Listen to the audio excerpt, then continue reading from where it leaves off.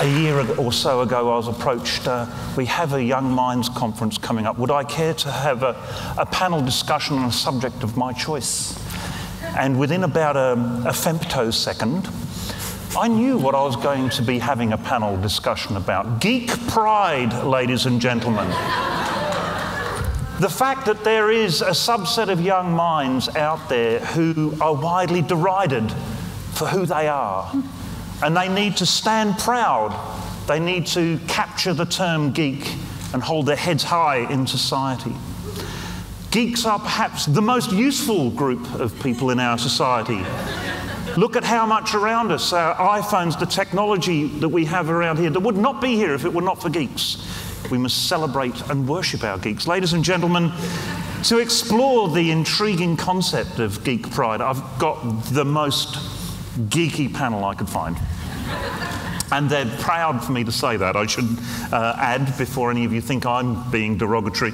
Now, I've known both Crystal and Jack through Twitter and various encounters for some time. And Steve, I've had the pleasure of knowing for a few hours, although we have communicated by email.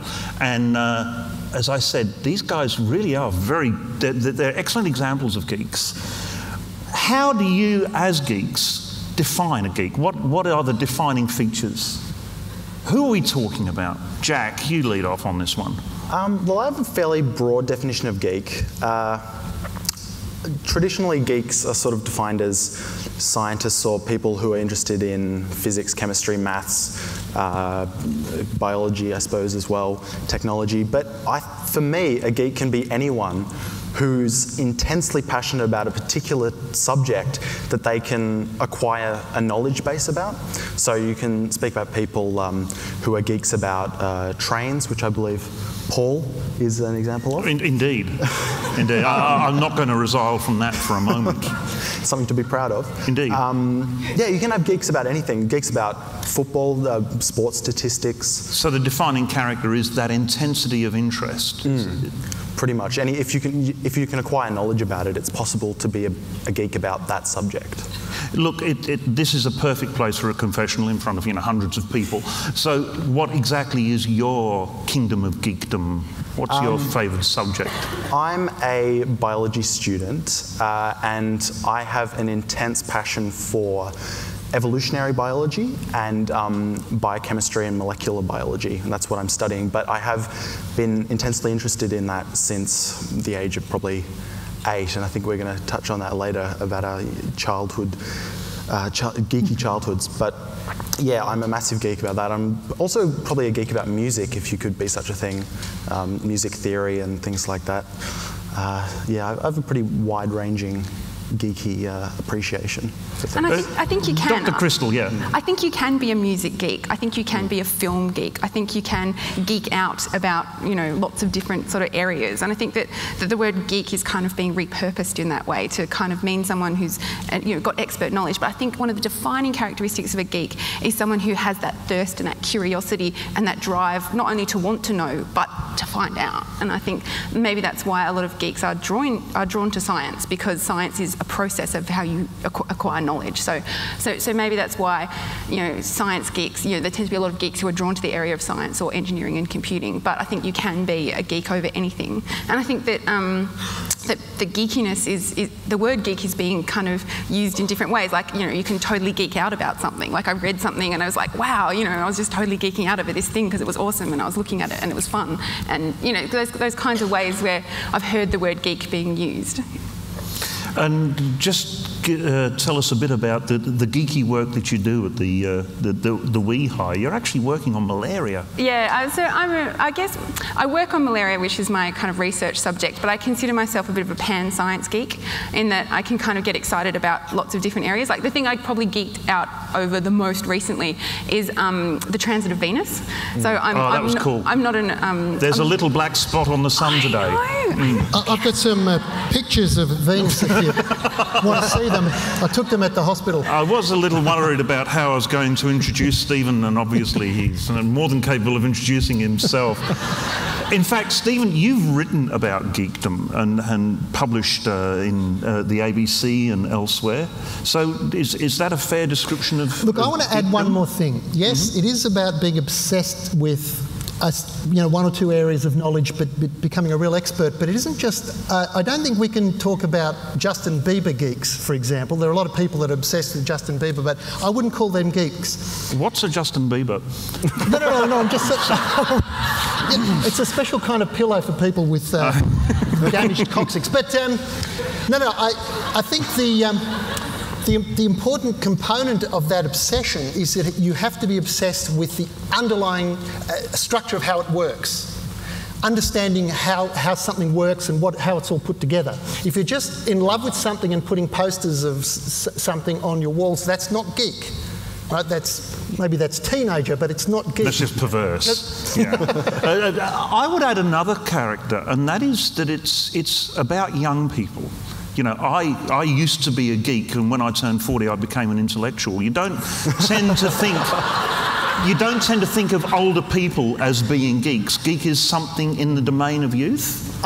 Retaining an aspect of your youthful curiosity. Actually, there's a geek word for that. It's called neoteny, which means retaining childhood characteristics. And yes, you retain that.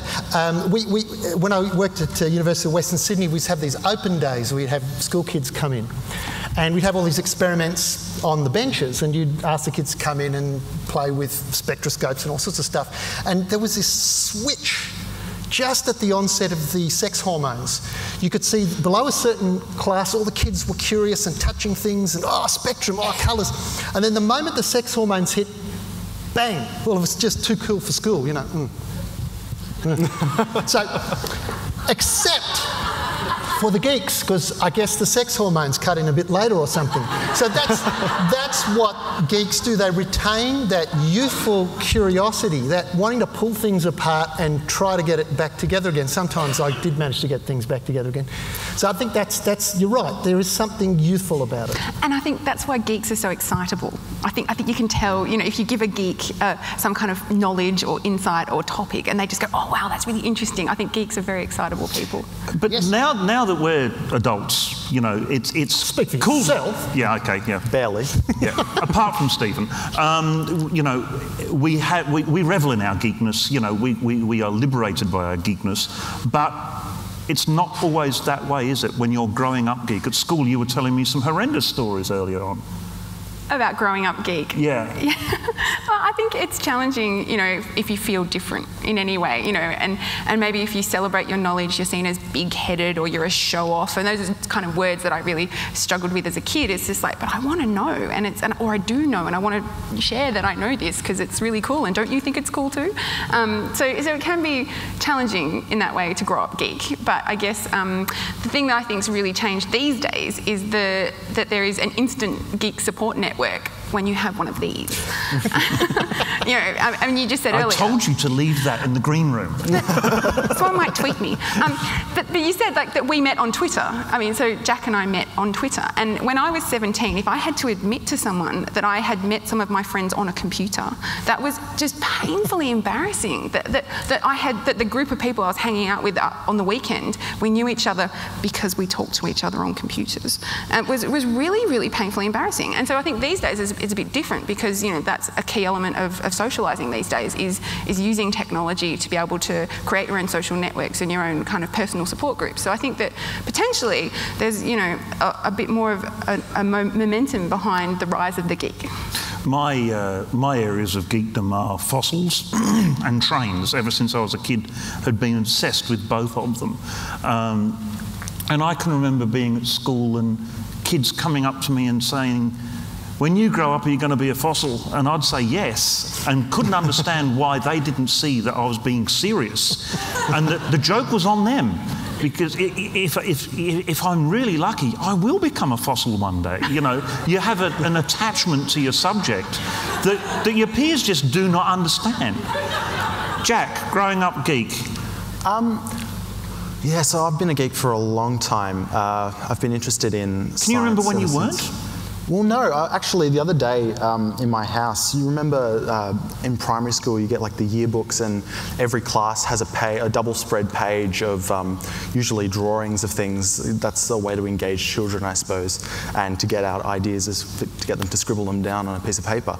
And I think it was year 2000, grade 3 for me. It was professions and careers of what you wanted to do when you were older, and I said scientist, so it's got my photo head that I've taken at school photo day, and I've drawn me in a lab coat, in a bad drawing. I'm not a great drawer, but it was me in a lab coat holding a test tube or something at the age of 8, and I knew pretty much that I wanted to be a scientist probably before then. I was, in primary school, I tried to enthusiastically share my knowledge that I'd found from reading books from the library about physics and chemistry. I remember in grade 4, not many people in grade 4 know about physics, about subatomic physics and atoms and stuff. Not in any great detail, like not maths, but just like the concepts. It's a great chat-up line, isn't it? You know? Well, you should see my quarks. In grade 4, I wasn't really thinking about that, but there was a project we had to do, and it was basically, you could be on any topic, but you had to teach the class about a topic, and I chose protons, neutrons, and electrons and stuff, and trying to get people interested in that, and I was met with a bit of resistance. Can't imagine why. I don't know. Imagine. How about you, Stephen? Growing up geek. Okay. I think one of the really obvious symptoms was I grew up in a family of 7 children, so we had our own. Wherever we went, we had our own gang. It was great. But I was with two of my brothers, and my older brother discovered that the end of a palm frond, that big sort of club-like thing, looked like a really great spaceship. So he got this club of a palm frond. He dug a hole and got a branch, like 2 little arms, and that was the man, you know, the little pilot or whatever. And we said, oh, what a great game. So my little brother and I got, you know, similar club and did a similar thing. And then they went off and started playing, and I'm looking at it and it goes, needs landing gear. So I went and got some wheels, and look, he's out in space, you know, he's not going to be able to breathe, needs a cockpit. And then a control panel. Eventually it had, you know, all sorts of airlons and jets, and I'd finally finished my spaceship, and then I went to play with my 2 brothers, and they said, oh, we're bored with that game, we finished that ages ago. I mean, one of the problems that I lament growing up geek is the lack of support. You know, if there was a kid in my class, as there was, who you know, was particularly good at throwing a little red ball at someone with a stick, there were whole coaching clinics for him to go to, and there were mentoring programs, and the same with the footballers, and you name the sport, there was endless support for those kids. I can remember the opposite for me. I can remember the careers advisor didn't even know what a paleontologist was, and her recommendation was that I become a plumber. The only support that I got was from my dad and my mum. So what sort of support networks did you have as a geek, growing up as a geek, and what ought to have been there, do you think? Jack? Well, I'm fairly lucky in that when I was growing up throughout high school, the internet was sort of a thing back then, so you could find people on there that were interested in the same things you were.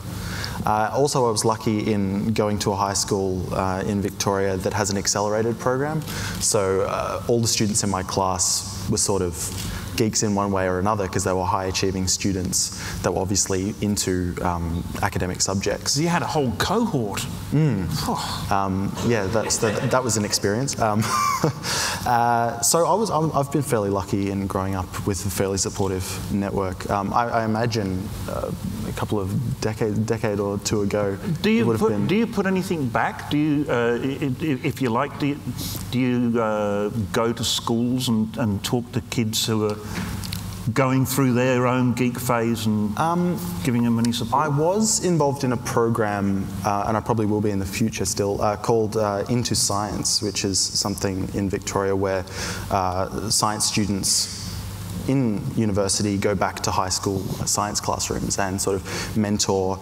from year 7 to year 10 and sort of get those science students sort of engaged in what real, like, university level science is like, because a lot of students in high school don't really necessarily know what studying science at a higher level can actually be like and what the sort of outcomes for that could be. A lot of people think, oh, you'll end up in a white lab coat pouring chemicals into jars all day, but a lot of scientists aren't like that at all, and it can actually be. Some of us use explosives. Yes, much more fun. Much more fun. Yeah.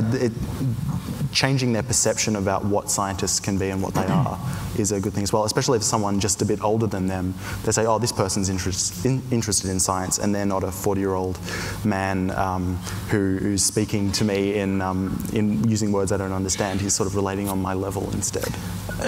As a growing up as a girl geek, did that have any specific challenges, and what sort of support did you get? Who was there for you when the class bullies were teasing you about being the smarty?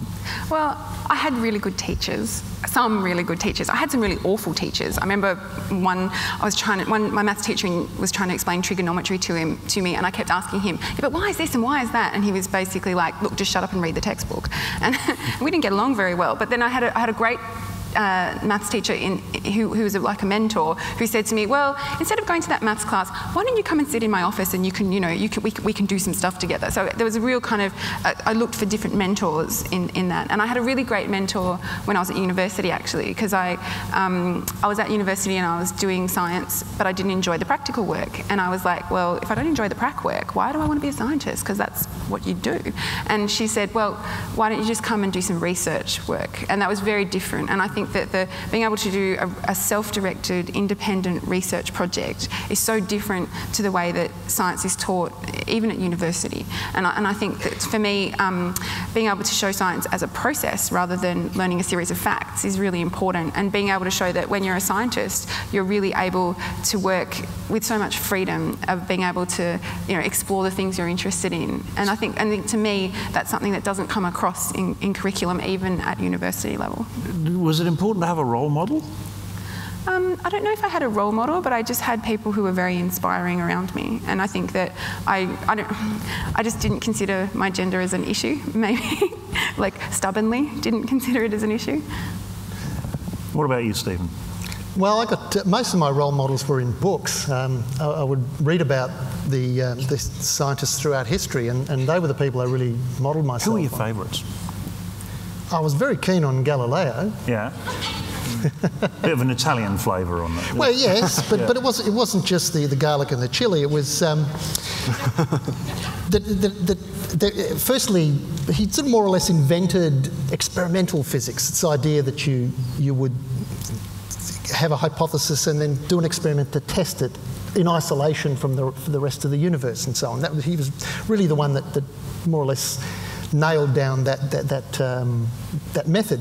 But the other thing was that, and I guess it appealed to me as a child who was surrounded by people who just didn't seem to understand what I was interested in and what I was talking about, because he was somebody that stood up to authority and said, look in my telescope, look at the moon.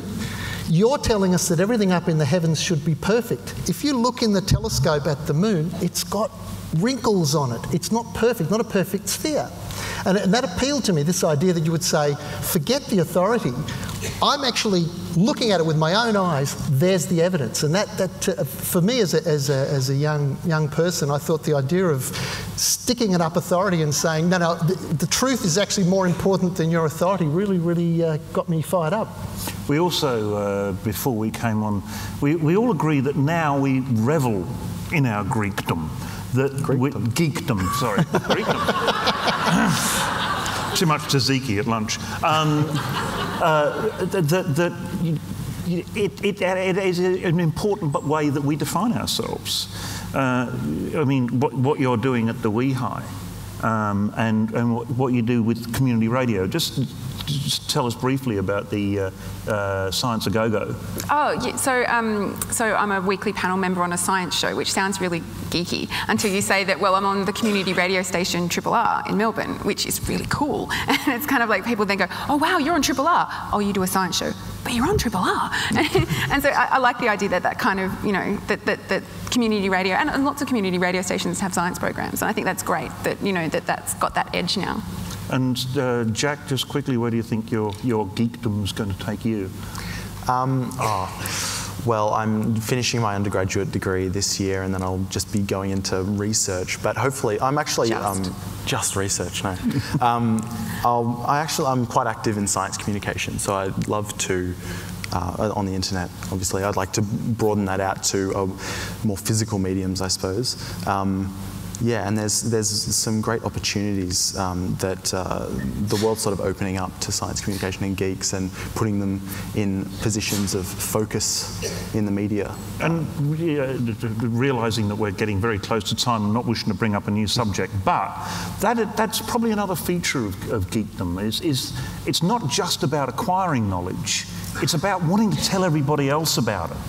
And the articles that you've produced. You mean the research articles, or do you mean the popular articles? Oh, okay. You know, it's very much about communicating the joy we have. Absolutely. Of knowledge. And one really important point that needs to be made: people think of the arts and the humanities as being the creative pursuits, but in science we're thinking weird and strange ideas. Science requires immense creativity to solve problems, come up with new ways of doing things, and come up with ways to solve experimental problems, for example. Yeah, and we're just noticing that we've got 6 seconds, so let's have a big round of applause for our geek panel here, ladies and gentlemen. Stephen, Crystal and Jack.